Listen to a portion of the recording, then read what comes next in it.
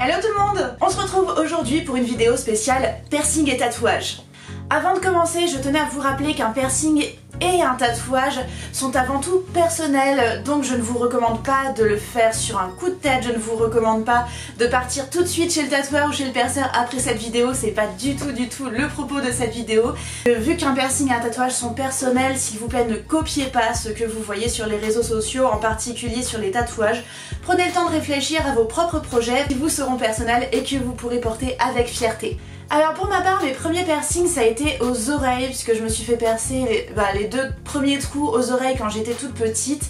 Je m'en rappelle plus parce que voilà, j'étais vraiment trop bébé pour ça, donc ma maman m'a emmenée dans une bijouterie et les piercings ont été faits au pistolet. Ce que je ne vous recommande absolument pas maintenant, allez plutôt chez un vrai perceur qui vous le fera avec l'aiguille, là au moins vous êtes sûr que le piercing sera vraiment super bien fait. Mes deux autres trous, donc qui ont suivi les deux premiers au niveau des oreilles, ont aussi été faits en bijouterie, j'étais jeune et naïve à l'époque, voilà, j'ai fait des erreurs. Et pour ça, j'étais en seconde je crois, donc je crois qu'au niveau de la douleur ça a été, c'était rien d'exceptionnel. Ensuite mon premier vrai piercing ça a été ici, c'était au labret, je pense que j'avais 18 ans. Je sais plus combien ça m'a coûté exactement, je sais que j'ai eu mal sur le cou et que par contre ensuite la cicatrisation s'est assez bien passée et tout, donc j'ai pas eu de soucis là-dessus. J'ai bien suivi ce que le perceur m'avait dit, donc j'ai eu aucun souci. Le piercing que j'ai fait juste après, si je me souviens bien, parce que du coup ça date quand même d'il y a un petit moment, je crois que c'était le tragus, donc c'est juste là sur le tout petit bout du cartilage de l'oreille. Là par contre j'ai eu assez mal la semaine d'après, je pense que j'ai eu vraiment assez mal, j'arrivais plus à manger de ce côté là de la bouche, donc c'était un peu relou. Ensuite parmi les piercings que je n'ai plus mais que je me suis fait faire un labret décalé. Je sais même plus en quelle année, j'ai l'impression que ça date d'il y a 1000 ans. Donc le labret décalé, pareil, aucun souci, ça s'est super bien passé. Quand j'ai fait celui-là, j'ai enlevé celui du milieu parce que je trouvais que ça faisait un petit peu trop au niveau de ma bouche. Et du coup celui-ci je l'ai enlevé au moment de mes études supérieures puisque je pouvais pas avoir de stage dans le luxe si j'avais un piercing à la bouche. Super. Donc du coup je l'ai enlevé à ce moment-là, la cicatrisation, le rebouchage entre guillemets du piercing s'est très bien passé puisque maintenant j'ai quasiment plus de traces de mes piercings, donc voilà, si je le dis pas que j'ai été percée là, ça ne se voit pas. J'ai eu aussi deux microdermos ici sur le côté de l'œil gauche, donc ça fait partie des piercings que j'ai eu mais que je n'ai plus maintenant, que j'ai adoré. Franchement c'était mes piercings de l'amour, je les adorais. Quand je me les suis fait faire, j'ai eu quand même assez mal puisque mine de rien c'est quand même une espèce de micro-incision chirurgicale et on te plante une espèce de petite plaque métallique sous la peau, donc oui, dit comme ça là maintenant ça fait pas très envie et ça fait un peu peur. Franchement j'en suis pas morte, hein. La douleur était supportable mais je sais que j'ai quand même un peu plus mal pour ça que pour d'autres piercings. Je sais plus combien je les avais payés, je crois que j'étais allée chez Abraxas à Paris, donc qui est quand même un perceur super bien. Pour un truc comme ça, en plus à côté de l'œil, je voulais vraiment pas faire des économies de bout de chandelle et je crois que j'avais payé peut-être une centaine ou 150 €. Ensuite niveau piercing, parce que j'ai attendu un petit moment avant de me faire mes premiers tatouages, je me suis fait percer le même jour le nombril et le téton, donc voilà, de toute évidence je vais vous montrer mon nombril mais pas mon téton, faut peut-être pas déconner non plus. Niveau douleur, franchement c'est passé crème, après ça dépend vraiment des gens, surtout pour le téton évidemment parce que voilà, c'est une partie un petit peu sensible, n'est-ce pas. Niveau cicatrisation, tout s'est très bien passé, par contre c'est vrai que ça me grattait vachement, surtout au niveau du sein. À chaque fois que ça me grattait je faisais comme ça, ce qui est un peu gênant. Ensuite mon premier tatouage ça a été ici sur l'épaule gauche, donc mon petit oiseau turquoise. Celui-ci je l'ai fait faire à Vincennes chez Bodystaff. En fait ça faisait déjà à peu près 3 ans que j'avais ce tatouage dans la tête et que voilà, je savais que je voulais un oiseau là, etc. Enfin bon bref, mon idée était vraiment fixée mais je savais pas encore qui ou comment ou quoi, et finalement je suis tombée sur une image sur internet qui m'a beaucoup plu, donc je suis allée chez ce tatoueur que j'avais repéré et je leur ai demandé de modifier l'image pour me faire mon tatouage à moi. J'ai pas eu si mal que ça, enfin c'était pas une partie de plaisir de toute évidence, mais je me souviens pas avoir eu vraiment une grande douleur. Par contre là où j'ai eu vachement mal c'était en 2013 lorsque je me suis fait tatouer le dessus des pieds, parce qu'il n'y a pas vraiment de graisse pour absorber les chocs de l'aiguille qui pique la peau, donc ouais ça par contre j'ai eu vachement mal. C'est des tatouages qui ont été faits avec plein de petites lignes. En fait c'est vraiment pas mes préférés, honnêtement maintenant après mûre réflexion, les tatouages noirs comme ça c'est vraiment pas mes préférés, je préfère les tatouages de couleur. Donc j'ai eu tellement mal lorsque j'ai fait faire ces tatouages sur mes pieds que pour l'instant je suis pas super chaude pour les faire recouvrir, mais peut-être qu'un jour je me motiverai je sais pas, je ne dis pas jamais. Ensuite j'ai fait une pause pendant un bon petit moment au niveau des modifications corporelles et j'ai ensuite repris avec un piercing qui est au niveau de l'hélix, donc sur le haut de l'oreille, que j'ai fait faire en septembre 2015. Mais honnêtement je pense que c'était un peu une erreur parce qu'en fait je l'ai fait faire au moment où mon papa était à l'hôpital et son décès ayant suivi de très peu ce piercing là, je pense que j'ai énormément stigmatisé le décès de mon papa sur ce piercing et en gros ce piercing là m'a fait souffrir pendant plus d'un an, donc autant vous dire que j'étais sacrément motivée pour le garder quand même pendant plus d'un an.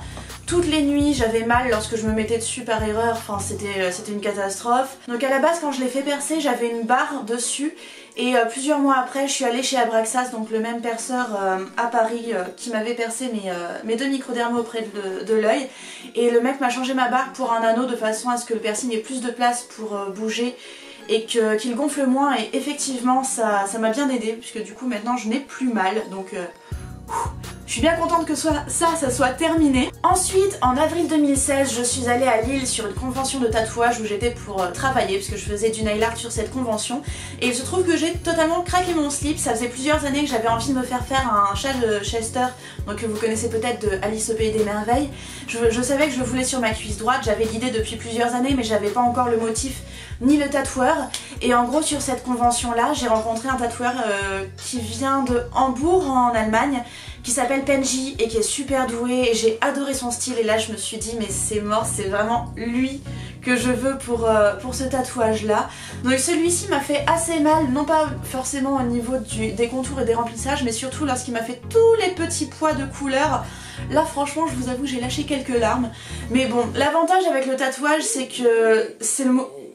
Désolée, ça c'est Wendy qui grogne parce qu'elle est en train de se gratter l'oreille. Ça va, t'as fini? Donc l'avantage avec le tatouage c'est que ça fait mal sur le coup lorsqu'on se fait piquer, mais la douleur va vraiment ensuite en descendant sur les jours suivants au niveau de la cicatrisation, alors que je trouve que le piercing, bien sûr on a une douleur fulgurante sur le début lorsqu'on se fait passer l'aiguille, mais ensuite pendant la cicatrisation ça peut quand même faire sacrément mal aussi.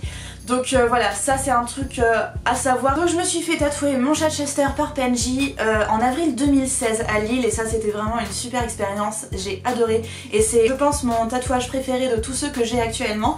Et du coup je retourne à Lille de nouveau pour la même convention de tatouage là début avril 2017, donc je vous laisserai l'événement dans la barre d'infos. Vous pouvez passer sur cette convention pour que je m'occupe de vos petits ongles et que je vous fasse des trucs assez stylés, vous pourrez rencontrer plein de tatoueurs et tout, bref ça va être super cool. Et moi du coup je vais profiter de nouveau de ce petit séjour à Lille pour commencer un projet sur mon bras. Donc voilà, ça fait partie des gros projets que j'ai pour ces prochains mois, parce que ça va être un tatouage qui va se faire en plusieurs sessions, qui va être quand même assez conséquent on va dire. Donc voilà, pour l'instant j'en dis pas plus parce que j'ai envie de le garder encore un petit peu pour moi, mais du coup vous aurez bientôt des photos et bientôt de nouveau une vidéo là-dessus. Et ensuite ma modification corporelle la plus récente, ça a été le troisième trou que j'ai fait faire ici à cette oreille, que vous avez certainement vu dans ma vidéo précédente Pieces of Life. Donc voilà, ça s'est super bien passé. Là actuellement ça fait un peu plus d'une semaine que je l'ai. J'ai pas mal du tout, enfin franchement c'est impeccable, j'ai été super contente du salon dans lequel je suis allée, 23 Keller. Ça s'est très bien passé, j'ai été très bien accueillie, les prix étaient tout à fait raisonnables, enfin bref, rien à redire. Ensuite j'ai encore plein d'autres envies de tatouages et de piercing, mais voilà, après je sais pas forcément si je vais les réaliser ou pas. Là en ce moment ça fait quelques semaines que j'hésite à me faire percer ici au niveau du septum. On va voir si je le fais ou pas, franchement je ne m'avance pas. Sinon dans les projets de tatouage, il y en a un qui me tiendrait beaucoup à cœur mais que j'ai pas du tout la foi de passer pour l'instant. C'est en fait de continuer l'arbre sur lequel mon petit oiseau ici est perché. Ce serait un projet qui me prendrait vraiment quasiment tout le dos. Et du coup ça veut dire aussi passer en tatouage sur les côtes, et je suis pas sûre d'avoir le courage de supporter cette douleur là pour l'instant. Et l'une d'entre vous m'avait aussi posé une question assez intéressante sur Instagram, à savoir si j'avais pas peur de porter des grosses pièces de tatouage lorsque je serai plus âgée. Franchement non, parce que quitte à vieillir et quitte à devenir tout rabougri, je me dis que je préfère avoir profité de ce que j'avais envie de faire pendant que j'étais jeune. Voilà, j'ai vraiment pas envie de me prendre la tête plus que ça en fait, j'ai juste envie de profiter de ce que j'ai envie de faire sur le moment, et et de porter les tatouages que j'ai envie de porter. De toute façon, honnêtement, les personnes âgées qui ont des tatouages, je les trouve tellement stylés que si je peux faire partie de ce gang de vieux à tatou, et bah franchement je serais vachement contente. Quasiment tous mes tatouages, les dessins ont été créés par les tatoueurs directement, sauf donc l'oiseau, comme je vous ai dit, ça a été une image que j'avais prise sur internet qui a été ensuite modifiée par le tatoueur, mais ensuite ouais, voilà, tout le reste c'est eux qui l'ont dessiné. Moi je me sens pas suffisamment à l'aise pour dessiner mes propres tatouages et avoir des trucs qui soient pas trop dégueulasses, donc je préfère leur laisser entièrement page blanche, on va dire. Après, à chaque fois que je viens chez un tatoueur, j'ai toujours une idée précise, etc. Donc après je demande éventuellement des modifications sur le tatouage, mais d'une façon générale je laisse l'artiste faire, parce qu'en général si je choisis tel ou tel tatoueur, c'est que déjà de base je kiffe son style et que du coup je sais que je vais pas être déçue par le dessin qu'il va me faire. Après, tous mes tatouages ont des significations diverses et variées en fonction de mes goûts personnels, en fonction de mes expériences de vie. Donc après voilà, je vais pas tout vous déballer à livre ouvert ici. Mais oui, du coup quasiment tous mes tatouages ont des significations pour moi, et du coup c'est aussi pour ça que je suis très fière de les porter. Donc voilà, j'espère que cette vidéo vous a plu et que vous avez apprécié de la regarder. N'hésitez pas à mettre un pouce en l'air dessus si c'est le cas, et à me laisser un petit commentaire pour me dire si vous aussi vous avez des piercings et des tatouages, et si oui, quoi et où, parce que je veux savoir. Je le rappelle encore une fois, n'oubliez pas qu'un piercing et un tatouage, ce n'est pas une action anodine, donc prenez le temps de réfléchir avant de vous le faire faire, vous ne vous en porterez que mieux. Avec Wendy, on vous remercie d'avoir regardé cette vidéo, on vous fait de très gros bisous, et on vous dit à très bientôt pour une prochaine vidéo. Ciao ciao. Ah non, me roule pas des pelles. Ah non.